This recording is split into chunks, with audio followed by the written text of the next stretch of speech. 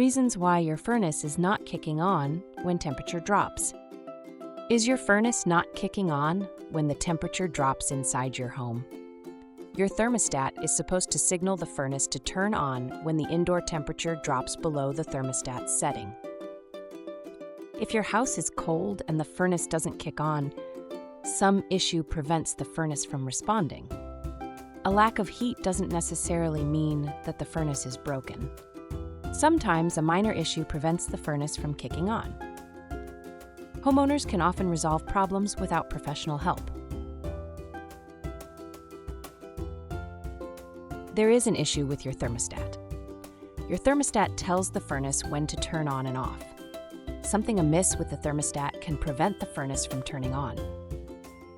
Change the thermostat's batteries. Make a habit of replacing the batteries at the beginning of each heating and cooling season to avoid interruptions. Check the thermostat settings. The heat should be switched on, and the temperature setting should be lower than the indoor temperature. Increase the temperature by 5 degrees to induce the furnace to turn on. Verify that the correct day, time, and AM and PM settings are displayed. Check if the thermostat is running a programmed schedule. Bypass the program by punching the desired temperature and pressing hold. Remove the thermostat from the wall. Look for dust accumulations behind it that might be affecting its sensors. Gently clean away the dust with a paintbrush or other soft brush. Look for damaged wires and carefully repair them with electrical tape. There is an issue with the gas supply.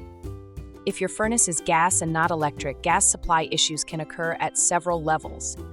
The home's main gas supply might be interrupted because of an unpaid bill or gas line work in the area. The furnace supply line or the furnace gas valve might be off. If the furnace runs on propane, the supply tank might be low. Ensure the gas supply is on. Ensure your other gas appliances, such as the stove, work. Call the utility company to verify the bills have been paid and the supply hasn't been interrupted. Make sure the furnace supply valve is open.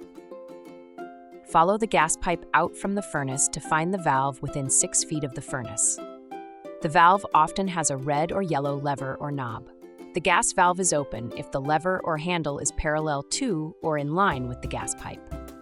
The valve is closed if the lever or handle is perpendicular or crosswise to the gas pipe. Turn the handle or lever parallel to the line if it's closed. Ensure the gas valve inside the furnace cabinet is on. Follow the black metal gas pipe into the furnace to a small box with a switch or dial labeled on, off, and pilot if the furnace has a pilot light. Ensure the button or dial is in the on position. Check the fuel in the propane tank if you have a propane furnace. The circuit breaker was tripped.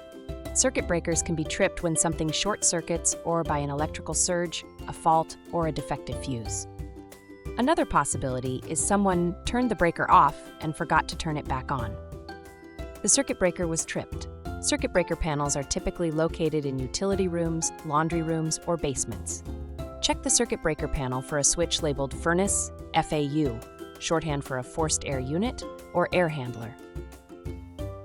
If the switch is on the off position, flip the switch to the on position. If the breaker tripped, the switch would be in the center position. If you flip it in that direction, it won't stay in the on position. Flip the switch to off and then on to reset it. Call a professional to diagnose the problem if the breaker trips again. You have a defective circuit control board. The furnace's circuit control board sends power to the igniter and blower when it receives the thermostat's signal. The heating cycle won't initiate if the control board is defective. In some cases, an overheated circuit board or fan motor might cause the furnace to smell like it's burning. Shut off the system and call an HVAC service. You can check the voltage in the control board if you own a multimeter and know how to use it safely. The control board is typically located in the furnace's lower compartment in front of the blower housing. Be extremely careful and don't touch any terminals to avoid an electric shock. Verify the furnace is receiving power. Some furnaces have a diagnostic indicator light that blinks when it has power. Check the voltage across the W and C terminals on the thermostat terminal strip with the multimeter's probes. W controls the heating, and C, the common, supplies power to the thermostat. the meter will read around 24 volts if the control board is working. Your flame sensor is dirty, or your pilot light went out. The furnace flame sensor is a safety device that ensures flames are burning when the gas valve is open. If the burners don't ignite, the flame sensor closes the gas valve to prevent a gas leak. The flame sensor extends into the burner's flames and becomes coated with residue. A dirty flame sensor can't detect the burner's flames and shuts the gas valve each time it opens at the beginning of a heating cycle. Clean the flame sensor. Shut off the power to the furnace using the furnace switch or the circuit breaker. Remove the furnace access panel. The flame sensor resembles a thin, possibly bent metal rod extending near the burners. The sensor is usually mounted with a 1/4-inch hex screw and attached to wires. Remove the screw and carefully slide the sensor out of the housing. Disconnect the sensor from the wires. Gently rub the deposits on the metal rod with a lightly abrasive material such as steel wool or fine sandpaper and clean the rod. Do not rub the white ceramic housing. The igniter is defective. Modern furnaces use electronic igniters, rather than pilot lights, to light the burners. A hot surface igniter is a small metal piece that becomes red hot. Intermittent pilots and direct spark ignitions produce sparks to light the burners. Ensure the igniter is functioning. If you have a hot surface igniter, you can observe it. Shut off the furnace switch on the side of the unit and remove the furnace's access panel. Visually follow the thick black gas pipe to the burners. The igniter is behind the burners and looks like a thin, flat piece of rectangular metal. Lower the thermostat's temperature to initiate a heating cycle. Switch the furnace on and watch the igniter. After the inducer motor starts, you will hear the gas valve click open and gas hiss out. At this point, the igniter should begin to glow red. If it doesn't, there is an issue with it. If you have an intermittent pilot or direct spark ignition, listen near the furnace for a clicking noise when the furnace turns on. These ignition systems produce sparks to light the burners and make audible sounds. If your furnace repeatedly clicks, the igniter is likely defective. The condensate pan is full. High-efficiency condensing furnaces produce condensation that collects in the condensate pan and drains away via the condensate line. A clog in the pan's drain or pipe will cause the condensate pan to fill with water and prevent the furnace from turning on. Drain the water from the pan with a wet-dry vacuum. Look for a clog near the drain and remove it. Then, clear the line. Turn off the power to the furnace by turning off the switch on the furnace or flipping off the circuit breaker. Locate the white PVC pipe that exits the furnace and leads to the floor drain. Inspect the end of the pipe for debris and remove it with a brush or other tool. Remove the cap near the top of the line. Flush the tube with equal parts white vinegar and hot water. Repeat the process several times if needed. The air filter is dirty.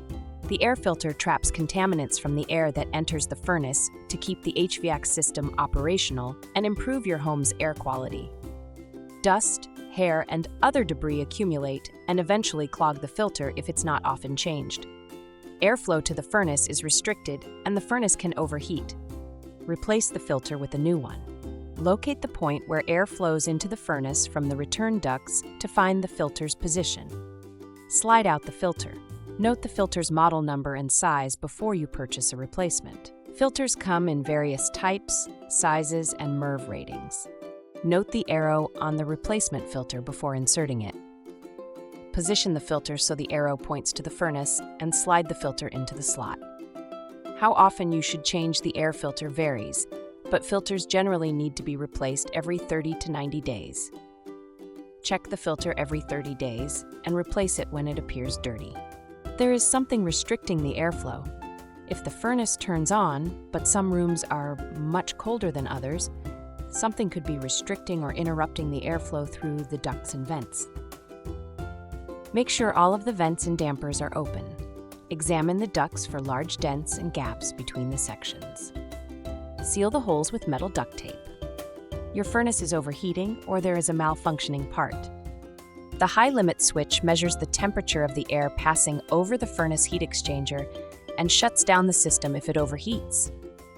Overheating typically results from poor airflow due to a dirty filter, but it can also be due to cracked heat exchanger or another broken component. Furnaces have many parts that work together to produce heat. If one part malfunctions or breaks, the furnace might cease operation. Change your air filter. If the furnace still won't turn on and you've inspected it for other possible problems, call a professional to diagnose your furnace issue. Conclusion: furnaces stop heating for various reasons, but professional help is only sometimes required. Thermostat issues, gas and power supply problems, clogged air filters, full condensate pans, and dirty flame sensors can often be dealt with by homeowners. Hire an HVAC technician if you're uneasy about troubleshooting furnace issues, fail to identify or resolve the problem, or encounter complicated matters such as a faulty control board, defective igniter, or overheated furnace.